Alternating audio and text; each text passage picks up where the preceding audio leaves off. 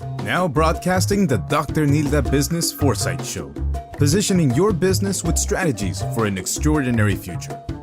Dr. Nilda features expert guests from diverse backgrounds to bring you their stories and strategies that have helped them reach their success. The diversity in industries gives you that panoramic view from an array of industries.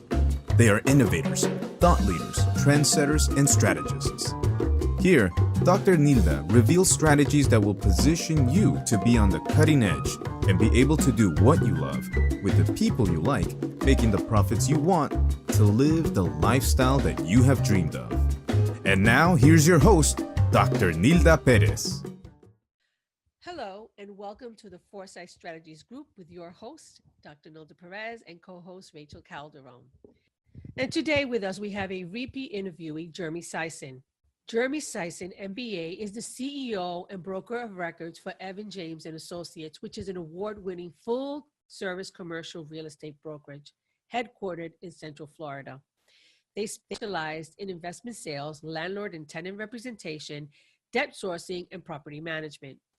Jeremy has been in the mortgage and real estate industries for nearly 20 years and has been a party to thousands of transactions throughout his career.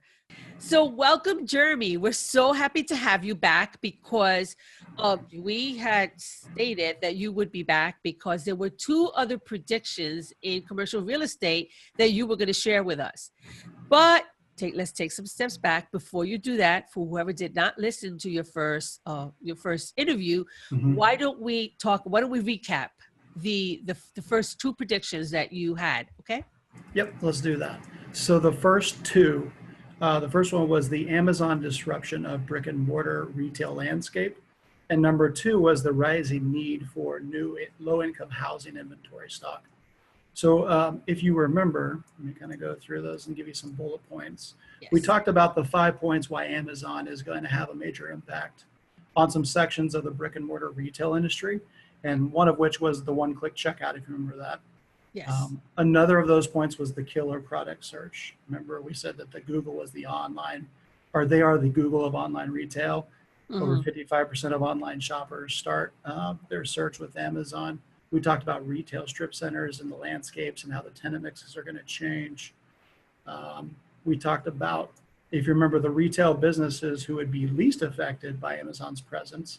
And we talked about restaurants, automotive chains, DIY stores like Lowe's and Home Depot, retail pharmacy outlets like CVS and Walgreens. And the one we talked in depth about was the discount dollar stores like Dollar Tree, the TJ Maxx's of the world, the Big Lots, who would be less affected. And then the reason why these types of retail would be less affected was there's more likely to have an immediate need or want attached to them rather than a delayed one where you can get that online. So that was kind of the recap of the Amazon disruption in retail. The second point that we talked about was the rising need for new low-income housing inventory stock in the United States.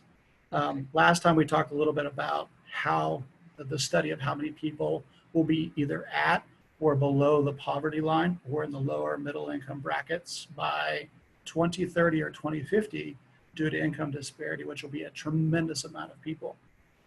We talked about how most REITs choose to build A-class apartment complexes in tight primary core markets and areas of higher income, which leaves some strong gaps to build moderately priced apartment complexes in less affluent neighborhoods. And if you remember, we talked about the Freddie Mac report that says that for very low income families across the United States, the amount of units that are actually available between 2010 and 2016 actually dropped 60%. Isn't that crazy? Wow. The inventory. Wow. So all of these things come into play. And the conclusion for that piece, that second prediction, was there was going to be a super shortage of supply in this specific multifamily niche. And someone actually needed to fill this gap over the next 20 to 40 years.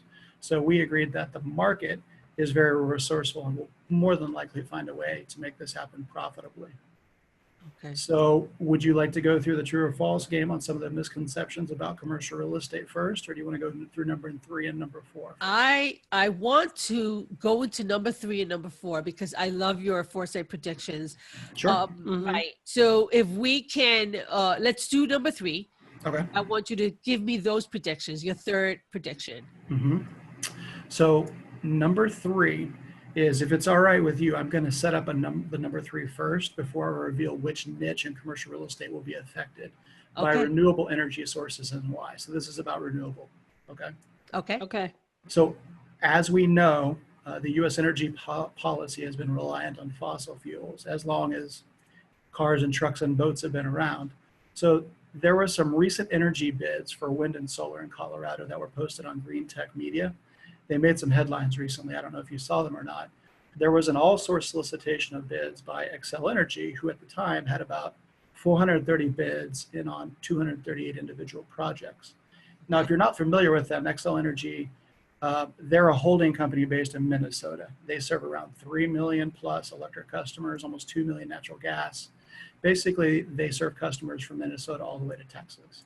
Okay. So it doesn't matter the specific energy or utility company that was discussed in the article, but what is significant and what caught everyone's attention was the low price per kilowatt hour for both solar and wind power. The median bid price for wind plus storage was $21 per megawatt per hour, and solar plus storage was $36. And previously to those bids, the lowest known solar plus storage price to date was about $45 per megawatt hour in Arizona. So if you break that down to the kilowatt hour or kilowatts per hour level, you'll see that wind and solar can be combined with energy storage for 2.1 cents to 3.6 cents respectively. Okay. So high development costs and pricing for alternative energy in the past was a huge barrier into this industry. However, due to the advancements in technology, economies of scale, and general market expertise, these prices seem to be falling much faster now. So what's even more notable is that energy can be produced at this low price per kilowatt hour. Now, imagine what it'll be in 20 or 50 years, right? Right. So this begs the question, will these new forms of energy make fossil fuels obsolete as a new form of energy generation in the United States? And I would predict yes, energy renewable resources like solar and wind will take hold permanently in the United States. However, they won't make them obsolete. So what you're really probably asking is, what the heck does wind and solar energy production have to do with commercial real estate, right? That's what I was going to ask. Yeah. And you know what, ladies, that is a fair question. That's a fair question. So it was a long setup. Well, it means a lot to me as a homeowner. So that the information is interesting to me, but yeah, it's totally, I think, irrelevant, but you're going to bring it together. I believe that. Right. I'm going to pull it together. And if I don't, then I shouldn't be on your show. And you are, so you will. You will. Holding your feet to the fire. So here we go. So here's how they all connect, right? Here's how they do this. And that is a fair question. So on the surface, the answer is not much really. They don't have much have to do with each other. However, if these two energy sources do take hold over the next 50 years as our dominant means of energy production, then there will be a high demand for broker and agents who are familiar with and understand the complexities of brokering land deals all over the United States. There's the connect. So areas with the highest amount of open land, most wind, most sun exposure, like Montana, Wyoming, everywhere in the Southwest United States, the Southeast, Alaska, Hawaii, Texas, especially Florida, are going to get a boon in land deals that may need to be brokered. See how that plays out? Okay. Yes. Okay. Yes, that makes sense. So in general, as a country, there's going to be a need for larger swaths of land across the country for these solar and wind farms, thus needing CCIM trained accredited land consultants, ALCs, to broker and to transact these deals. So now you can see how the onset of lower price renewable energy sources and commercial real estate brokerage connect in a very nice way for our industry. Wow. Seamlessly. Yeah, I see that. But now I want to kind of throw a curveball in there. Uh-oh. And and I just want to find, and I think this would be a great question because I know that we're also building a lot. Hmm. Right. I mean, Right. there is an influx of building and they're tearing down lands. Hmm. That is my question, like how is that going to affect then? Because yes, I get what you're saying, how they can use the commercial real estate industry, but with all this building that they're doing, like here in Atlanta, in New York, I mean, a lot of places are they're just knocking down every tree. Hmm. Where is that land going to come from? Right. And the other thing, Rachel, to piggyback on that, the population is also growing. And as the Exactly. population grows, we need to house them. Hmm. So how would that play out? So to talk specifically about solar and wind, Sorry. see, you almost got me on this curveball, but you didn't. So here's the reason why. I recently read a statistic that said that Florida only uses about 18 to 23% of the land that we have in the state of Florida. So Oh, right now, there is a tremendous amount of raw land that is available. If you drive from Miami to Orlando, or even just Orlando to Tampa through the Lakeland area, there is a lot of land that's close enough to where you could connect into the grid. So there's a lot of land, same thing in Texas. If you think West Texas, it's very windy out there. It's just a matter of connecting to the grid is the most important thing. So if the costs are low enough, then it makes sense for people to make money on it. And there's plenty of land. okay. Okay. All right. Well, I just thought I'd challenge you a little bit. Did I hit your curveball at all? No. I love it. I Or did love I it. strike You out? No. You did. That was You great. did That good. was You great. did good. Yeah. That was great. Honestly, I saw it in Texas. Okay. That's a possibility in Texas, but Mhm. Florida, honestly, you surprised me. You surprised me. Yeah. Yeah. Yeah. That definitely. Yeah. Yeah, there's a lot of land. I actually grew up in Kansas, and the town where I graduated high school, they actually, all the farmers lease out their land to, they have windmill farms up there, and they make a tremendous amount of rental income from leasing their land to companies who want to put wind farms in the turbines. So, it can be done anywhere, and there's plenty of places in Florida that are just like the state of Kansas, if you ask me. Okay. Mhm. Okay. Well, Okay. you would know that because you're a commercial real estate broker, so you would know. I Yeah. will trust you. Well, I would say if you don't know land, start doing some land deals and develop some relationships with people in that industry. Okay. Okay. So it's good. So we do. We're doing that. You're our relationship. I'm your guy. You're the guy. Let me know. Yeah. Yeah. So let's go to number 4. Okay. So the fourth foresight prediction is the whole commercial real estate industry itself is going to be evolving radically and will be remade based on technology and innovation. Okay. That's the prediction. Are you both familiar with the term crowdfunding at all? Absolutely. Yes. Okay. So for those who aren't, who may be listening or watching, it's the practice of funding a project or venture by raising small amounts of money from a large number of people, typically via the internet, right? Right. It's one of the biggest investing trends today. People are making big returns, especially in the real estate lending marketplace.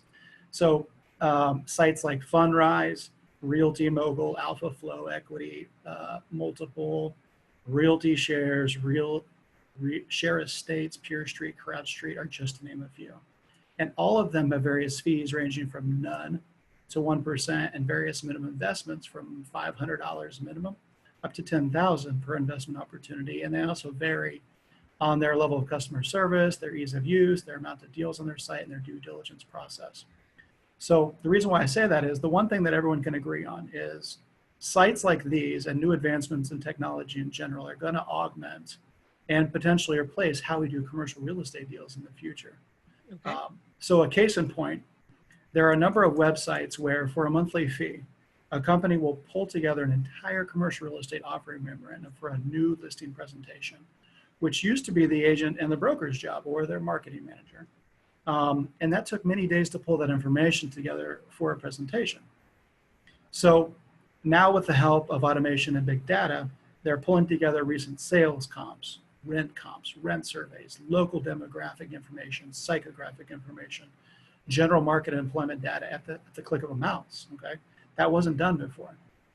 So now take these sites into consideration and pair them with the sites like LegalZoom, who can produce real estate contracts at a fraction of a cost that would have normally been charged by a real estate attorney to draw up a contract.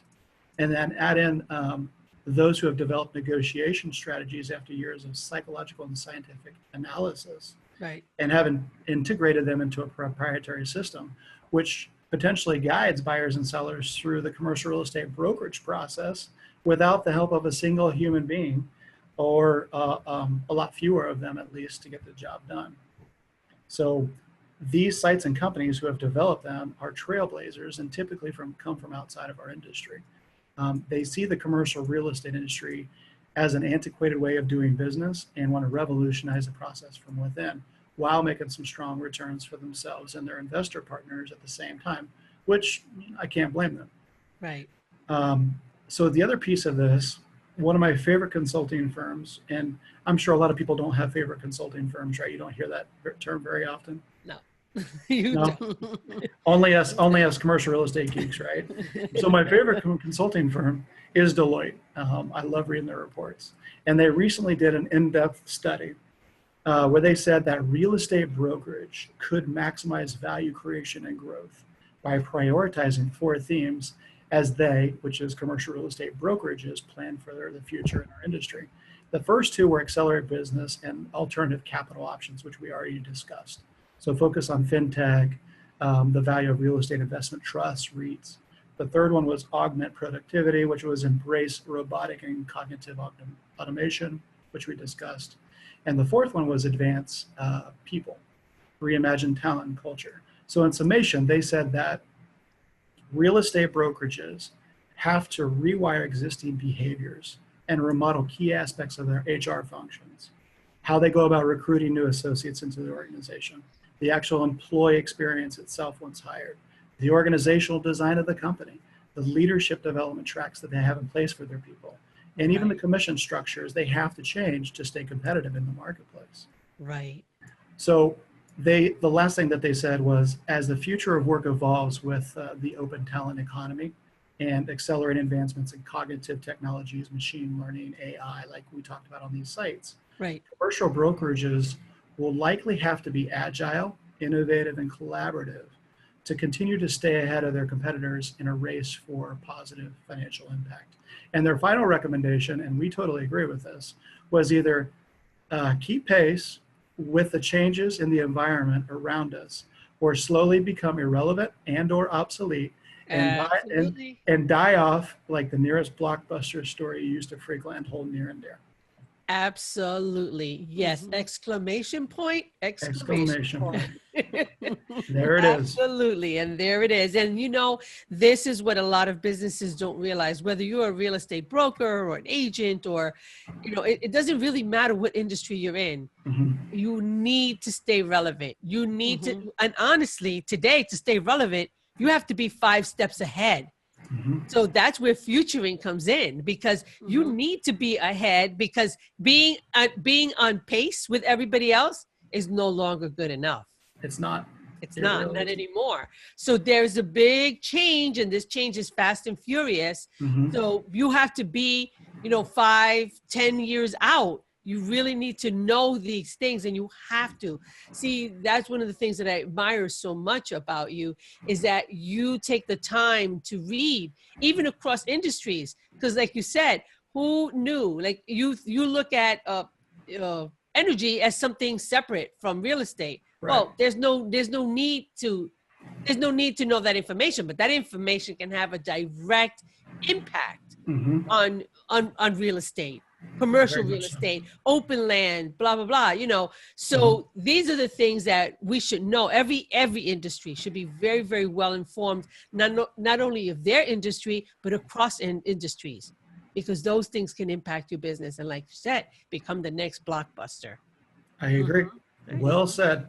Yeah. Yeah. I 5 mean, star. Toys R Us, who would think? Toys R Us. Yep. Toys R Us. You could So- name a bunch of them. Right. We can be here for days mentioning one after the other. And these are not small companies that, they're so small that they didn't know what was going on. These are huge companies that have had sustainable growth for quite some time. And all of a sudden, a small company like Amazon, Mhm. because they started as a very small company, can just put them out. Like, how does that happen? Well, And now, that's because they're not up to date. and now with all these buildings, like, because now a lot of these brick and mortars are being closed, how do you as a commercial real estate find, where do you see yourself with now all these empty lots? Where is that something that you can talk about? Sure. Like, because again, like I said, we're not talking about 5 buildings of Toys R Us. We're talking about thousands across Yeah. across the U.S. Right. No, it's a relevant concern. And to answer the question as short as possible, yeah, I mean, we can help. We've noticed as we do deals on a daily basis, and we read reports and we talk with other brokerages and agents in the industry. We notice that the tenant mix is already slowly starting to shift. For example, we're representing a company that does those bounce houses. It's a franchise bounce house, and they're going in where you would normally see a grocery anchored retail store. And they pick a high residential area. They put a bounce house in, and it's basically a Chuck E. Cheese style, if you will.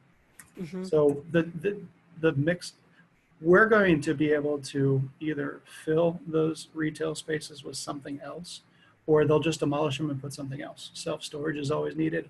We've already talked about the need for multifamily. In Orlando, hotels and motels are always a thing. So there's always a need, and functional obsolescence is a thing, where it's just not needed anymore. So Airbnbs, that's a good investment Yeah. to buy homes and honestly just Airbnb them. That's Yeah. becoming the new way of the future.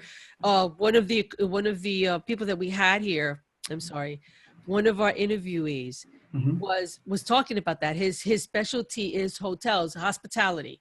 Mhm. And he was talking about that change and how it's impacting hotels. Yeah. So commercial real estate is going to definitely have to make a shift really quickly so that they can just stay abreast, so that they can stay, like, they can breathe and they can be able to stay alive. Mhm. So because these changes are coming so fast and furious, and they're coming from nowhere. And what to me is fascinating as a small business owner is the fact that it's small business owners with great innovative ideas who are literally talk about David and Goliath. Mhm. They're putting out these companies that have been there sustainable for years, and they're just coming and they're just knocking them out with one stone. Yep. You see? Yeah. So these are things that are very important. And again, I'm very fascinated by it, Yeah.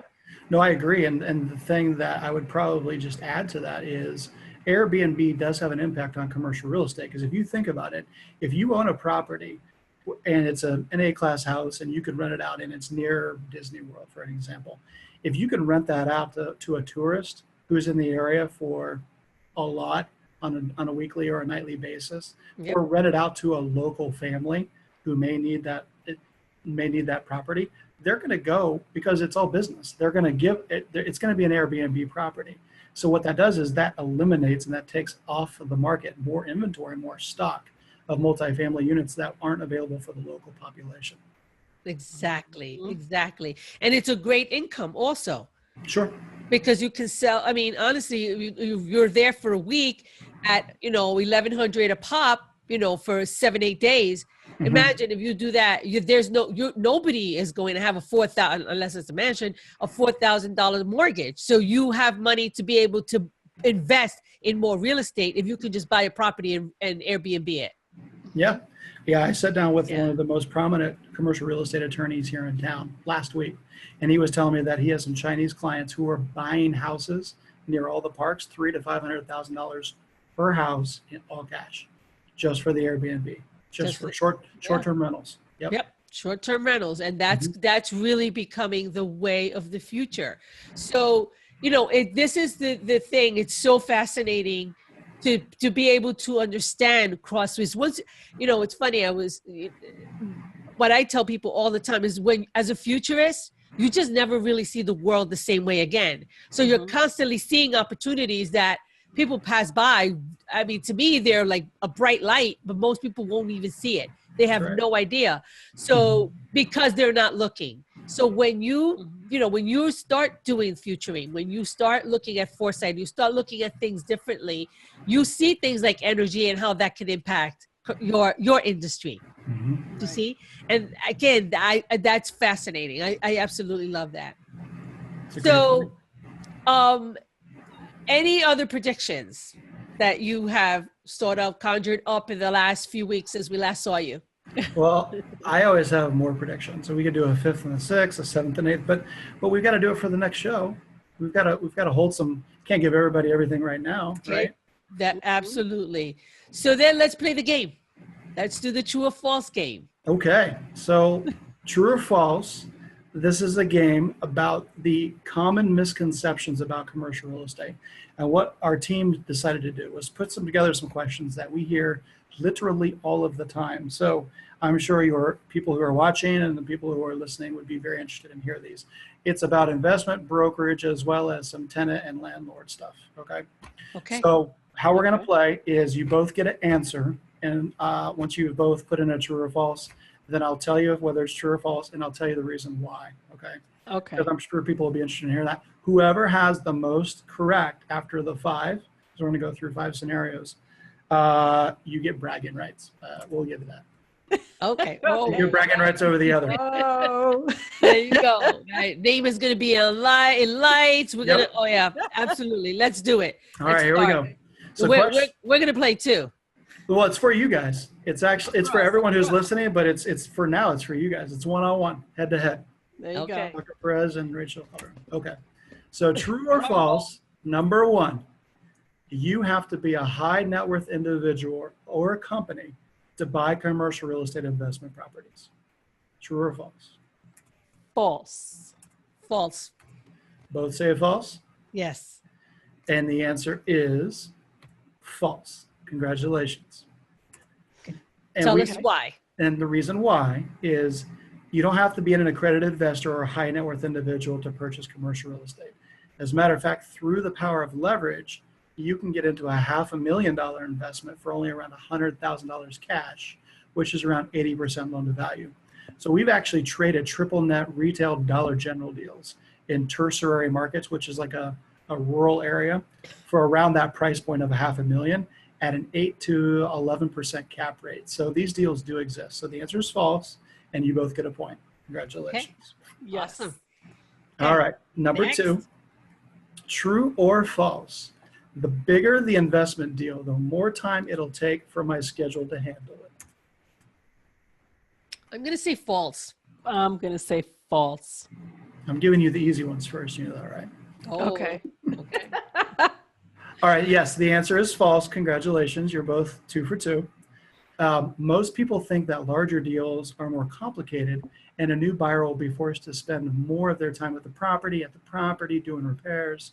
So while a larger deal may be more of a sophisticated transaction, that doesn't necessarily mean or equate to it'll take more time. So if you put together a good brokerage and a property management team who can and will handle the day-to-days of that new investment, you as the owner can stay largely hands-off once the property has been purchased and stabilized. And if you're buying a stabilized and turnkey property, then it's even more hands-off for a new owner. So that is the reason why. Okay. Okay. Awesome. All Yes. right. Sorry, I knew that. That was cheating, right? Yeah. That part I We'll knew. let it slide. We'll let it slide. The next one's going to be harder. I'm sure that I'll fail the next one. You guys may go 5 for 5. I don't know. We'll see. Maybe learn as we go. All right. True or false? This is number 3. In commercial real estate, knowing the local market and where a property is located is as important as the financials of the deal. True or false? True. True. Both say true. And I guess I could do, who's the guy who wants to do a millionaire? What's his name? I don't know. Doesn't matter. Yeah. So the answer correct is true. So Okay. congratulations, you're both 3 for 3. Okay. So the reason why is knowing and understanding the local market of where your commercial real estate property is located is as or more important than the actual financials of the deal. And the Right. reason why is if you are in an undesirable area or in an area that is not on the path of progress, or many of the other market reasons, an investment deal that looks great on paper now may not be so great in the coming years. So it's best to consult a brokerage or an agent before making a move on any deal, as they'll have a fair amount of market knowledge that they can share and may ultimately sway your decision. So I have actually a true life case in point. You'll want to hear this. Yes. There is a huge shopping, and this is happening right now as we speak. There's a huge shopping center near one of the major attractions here in Orlando. I'm not going to tell you which attraction or which shopping center. Let's assume a lease client saw this shopping center with multiple national credit tenants already on site. It sits here at the entrance of an attraction. Now, at first blush, you may clamor to get into the shopping center based on its location, at the asked price per square foot. You may ask for no tenant improvements, and you may sign a long-term lease. What that new tenant may not know or didn't think to research is the state has offered to purchase that shopping center for a nearby road construction project. It may even pull an eminent domain on the owners. So this means all the current tenants, including you, if you bought in, would need to be out in the next year or so. Had that client been working with a brokerage, may have passed on that center altogether as an option. So that's an actual case. Oh, wow. Mm-hmm. That's good. That's good to important. know. Good Yeah, to it's know. very important. Yeah. Oh, yeah. It's very, very important to know what's Due going on. diligence is important. Yeah. Mhm. Agreed. And so people would say, this is a great spot. Nope, I wouldn't go into it. And I would never put a client in there for right now Okay. until that was done. All right, so Right. number 4, you both are tied at 3 apiece. Okay. I don't know what we're going to do if we have a tie. We'll find out in a minute if that happens. Oh, right. In commercial real estate, leases are more complex than purchase transactions. In commercial real estate, leases or doing leases are more complex than purchase transactions. True or false? I say leases are probably more complex. Is that your final answer? Leases are more mine. complex than purchase. You know, yeah, I'm gonna say, you said yes, Rachel? I'll say no. Okay. Rachel, the answer is true. She got it right. It's So- true. So yeah, the answer is true. Commercial leases typically have around 20 to 30 points of negotiation in them, all of which can have a dramatic effect on the leasing. And a purchase and sales agreement, on the other hand, typically has 7 to 12 major points to negotiate in them. So very straight up, typically leases are more complex. There's a lot more little things you've got to negotiate on a lease. Versus a Yes, purchase. and I know that because we did research on my son's project for real estate cheated. property. We cheated. Well, Yeah. look, it could be a comeback. It could be a comeback. She could get this Yeah. last one right. It could be four for 5 for both of you. Let's find out. Right. There we go. All right. The last one is Yes. true or false. As an agent, all of the information I share with my counterpart agent can and won't be used against us during the negotiations of a deal, especially if they are super professional to work with. Okay, can you repeat that again? Yeah. Yes. So you got to put yourself in the shoes of a commercial real estate agent. Okay. Okay. So true or false, as an agent, all information that I share with my counterpart agent when I'm doing a deal with another brokerage can and won't be used against us. So if I'm sharing the information with my counterpart agent during the negotiations of the deal, especially if they're super professional to work with. If they're friendly, they're professional, you feel like you want to share more information, right? But when I tell them that information, can they use that against us in negotiations or not is the question. I'm going to say that they shouldn't. And if they're super professional, they won't. Okay. Yeah, I would agree. Right. I would agree with that. Going with Ethics. going on, right, that they're ethical, they have high integrity. Going on that, I would say that they won't. So you're both saying true. Right. Well, I think I might have to pull out only because ethics doesn't really play a role any longer. It's a tough one. I told you they would get harder as we went. I'm going to, again, I'm sticking to what I say. True. If Okay. they're super professional, I'm going to believe that you can go with false, Rachel. Yeah, let me go with false. Okay. The answer is false. The answer is false. Really? I don't try to believe it. I'm going to tell you why. So here's why. Each agent has a fiduciary responsibility to their client and their client's best interest. Which, Right. if you're representing the seller, I have a real estate license. I should have remembered that. Oh no, I should have remembered oh my goodness. Oh, okay. Yeah, so I flunked. it's okay. It's all right. We can do it again next time. So, but if you're representing the seller, your job is to get the highest price, right? The Right. lowest cap rate, the shortest due diligence term, the highest hard money deposit. On the other hand, if you're representing the buyer, you're trying to get the longest due diligence period, the best financing quote, the lowest price possible, the least amount of documents to show up, and the softest and the lowest deposit no demand. So you got to be very careful when speaking to the other party's representatives, is everything you share with them can and may be taken into consideration and used against you during the negotiation or qualifying periods. So you don't want to do your client a disservice by giving up valuable information to the other party too soon or at all in some cases. So even if the other person is super professional, Mm-hmm. even considering that they have high integrity, their responsibility is to their client above all. Yeah, that's just a way. Honestly, that's a way to get information out of the other party. So if I'm talking with someone who I'm vetting out their buyer through their broker or their agent, I want to know, do they have cash? Are they financing? How many deals did they have? What's their schedule of real estate owned look like? There's a lot of questions. We literally have 12, 15 questions that we ask, whether it's an agent or the principal who's buying themselves, because we want to get an idea of, are you serious about doing a deal? Do you qualify to do a deal? Are you wasting your time and ours? So, yeah, Okay. anything you share will be used against you. Good to know. All right. See, Awesome. when he said ethics, I was like, Yeah. Well, you saw me smile. I was like, I don't have a very good Yeah. poker face, and that's my fault. No, but I My just, poker face is horrible. you know what? I really wasn't remember. I just wasn't even looking at that. That Yeah. word just kind of said, Yeah. No. Yeah.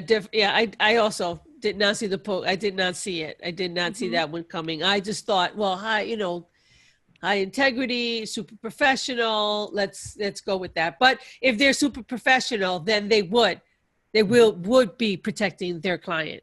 It makes sense. Yes. So, okay. Wow. That was awesome. Thank you so much. That was fun. You're quite was welcome. fun. I'm I glad like you enjoyed it. I did enjoy that. Yeah. And especially the fact that I won. Yeah. I wasn't going to say anything. I wasn't gonna hurt- I Oh, wasn't gonna no, hurt she your will- gloating. She'll be gloating for the next week, Jeremy. She will be gloating. I am telling you, I have a problem here. So, no, this is awesome. I'm very excited. I like it. I really enjoyed that. Next time we need to do it again. And we want you back again. Okay. Yes. Okay. I'll have a number 5 and a number 6, and I'll have some more true or falses for you. Perfect.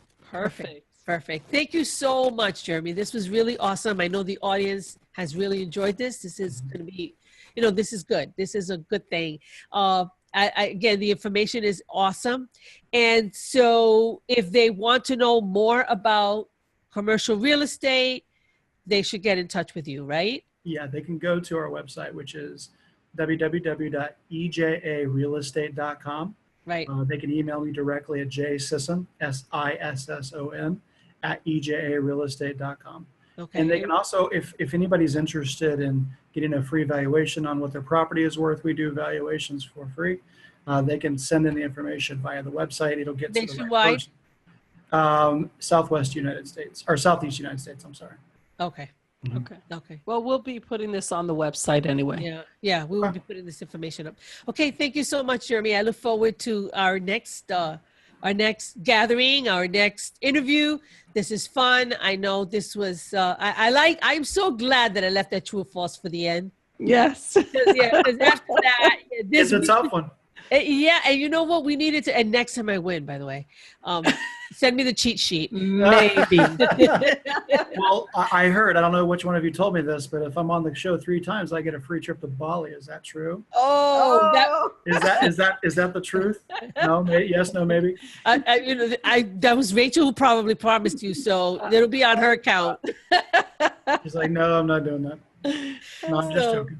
Yeah, this is good. I'm really excited that you came back. I really love that we ended up, we ended at this high note. Thank you so much, Jeremy. So I look forward to seeing you in a few months. We want you back. We definitely want you back. Okay. All right. All right. Thanks for having me. Then. All right, guys. All right. Okay, guys. So this ends this edition of Foresight Strategies Group. We look forward to having you listen, whether on podcast or video or however you want to hear us. We have so many different ways for you to get a hold of us. Also, don't forget, sign up for our magazine. We have a free magazine that we're giving away until we decide to put a price on it. We haven't figured out the price yet, but until then, you get it completely free. So go on the website and get that information. All right, until next week with another Futurist. Bye. Thank you for listening to the Foresight Strategy Show. You can hear host Dr. Nilda, co-host Rachel with featured guests every Saturday morning at 11 a.m. Eastern Standard Time on Facebook Live or anytime on demand. Visit www.drnildaperez.com/show. For more information, sign up to our Foresight Strategies Insider newsletter, a $10 value for free at www.drnildaperez.com/newsletter.